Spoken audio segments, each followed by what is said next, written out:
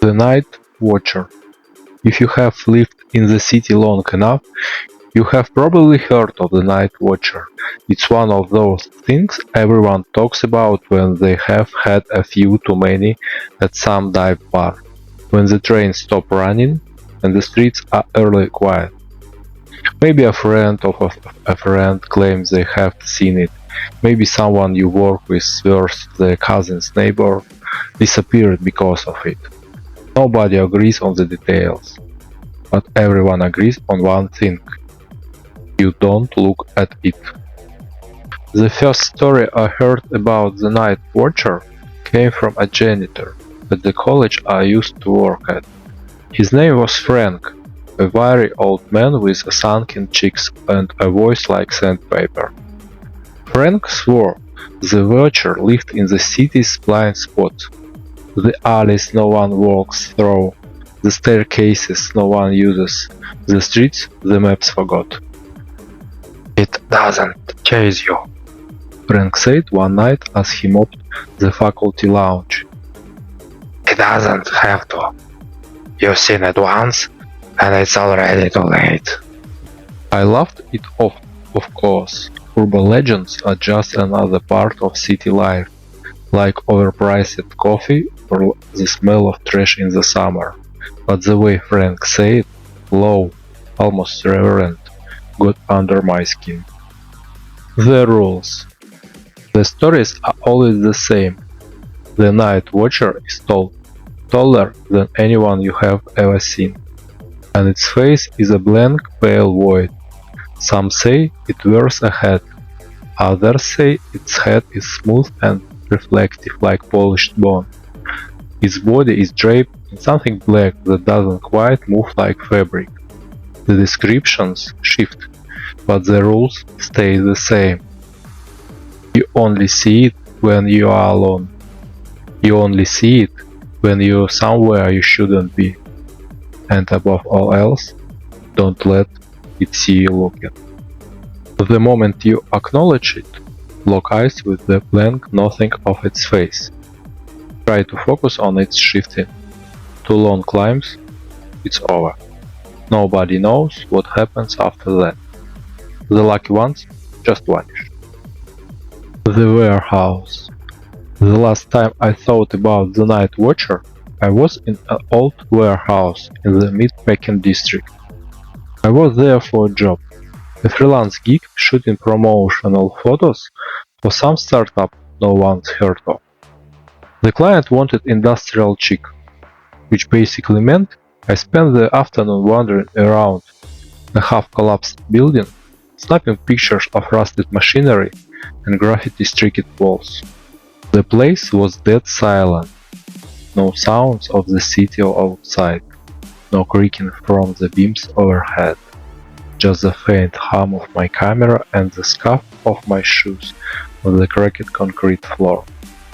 It was halfway through the shoot when I saw the staircase. It wasn't on the blueprints I'd been given, and it wasn't in any of the walkthroughs I'd done earlier that week.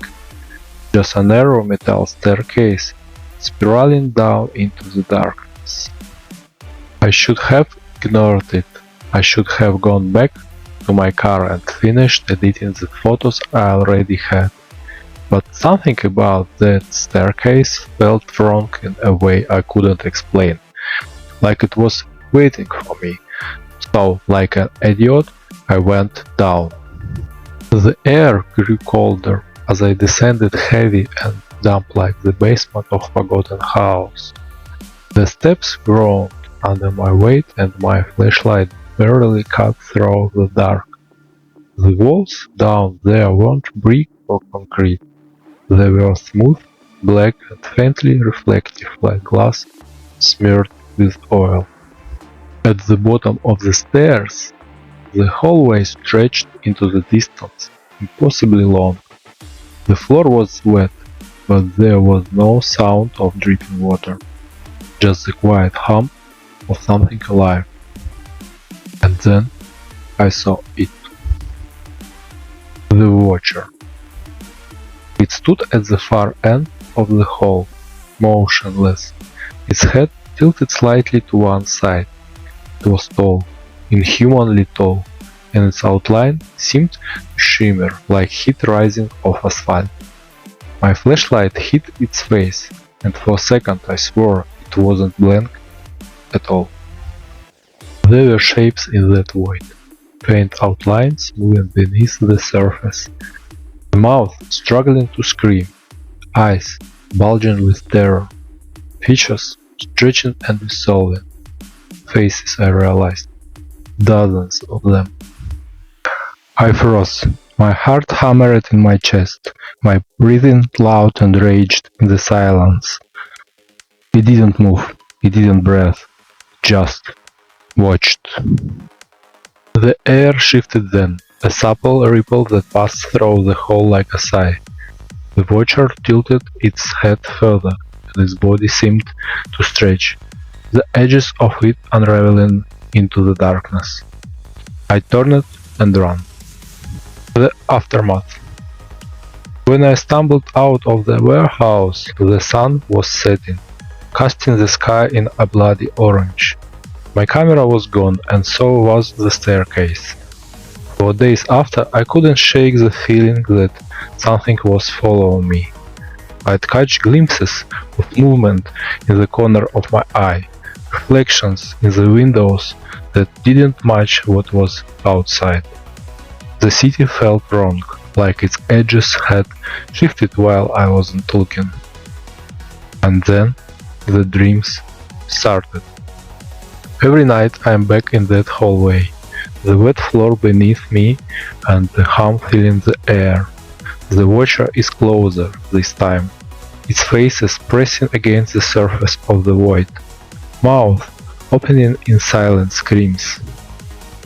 I haven't gone back to the warehouse. I don't even take jobs in that neighborhood anymore, but it doesn't matter. I see it sometimes in the reflective glass of skyscrapers, in the shadowed alleys I avoid, in the subway cars late at night.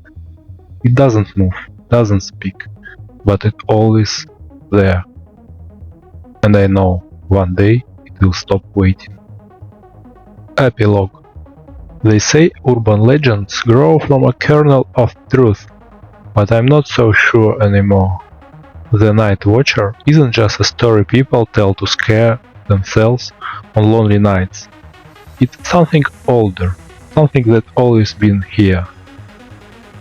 So the next time you walk in home alone, and you feel the air grow heavy and the shadows stretch too long, don't turn around.